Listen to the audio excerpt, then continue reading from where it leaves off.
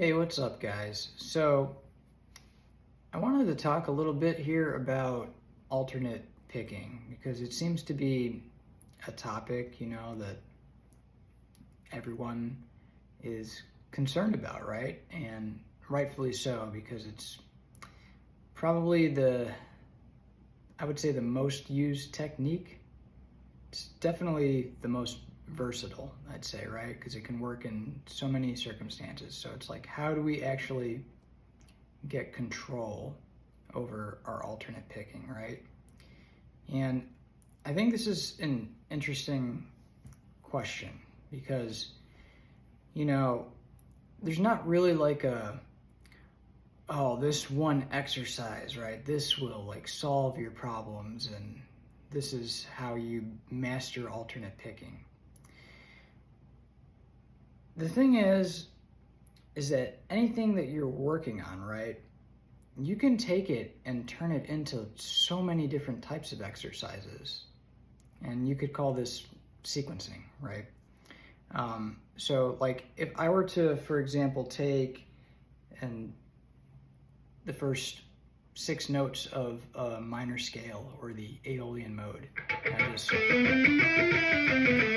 right? I could go up the mode, I could go down, right? I could go up and down.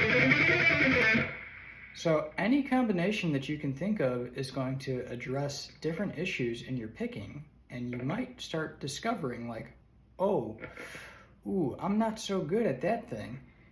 But, again, any combination you can think of.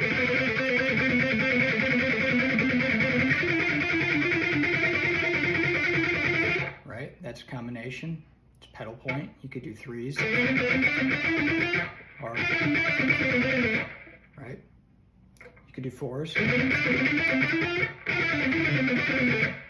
So, again, when you're doing this, you just kind of have to ask yourself, like, well, what combinations am I not doing, right? You could do like 2s.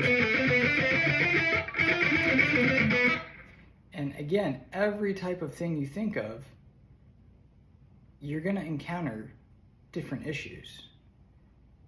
But what's really good about that is that you're setting yourself up for different scenarios that might take place. And, if you're one of those players that, likes to improvise and mess around,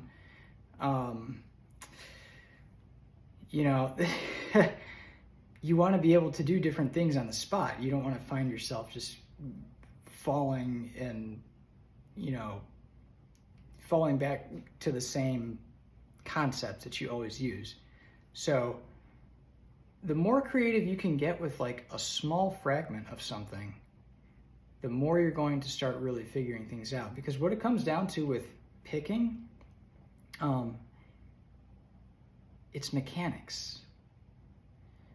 And so if you can analyze the mechanics of your right hand and understand that, like, okay, when I do this little pattern, I'm crossing the strings in this way.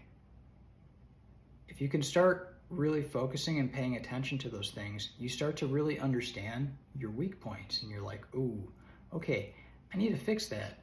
But the positive side of that too, like if you don't want to look at it from a negative standpoint of like, oh my God, I'm finding all of my weaknesses, and so it's also a great opportunity to discover your strengths in your playing and figure out like, wow, actually that comes really easy for me.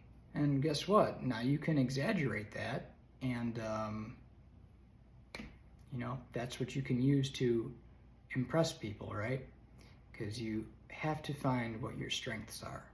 So, of course, focusing on your weaknesses is a very important thing because you want to get better. But focusing on your strengths also helps you get better too, because you start to discover what like makes you you.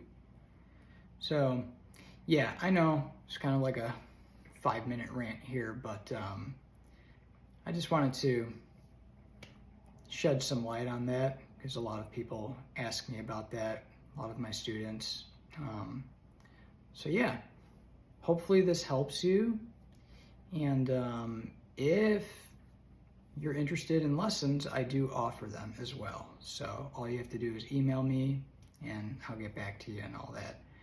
But yeah, as far as alternate picking goes, like I said, keep it simple. You don't need to do like a huge giant, and fly through stuff. It's really just about taking a small fragment and just playing around with different variations within that. And I guarantee you will start to address different areas that may need work or that are like strengths of yours. So with that, have fun. See you guys next time.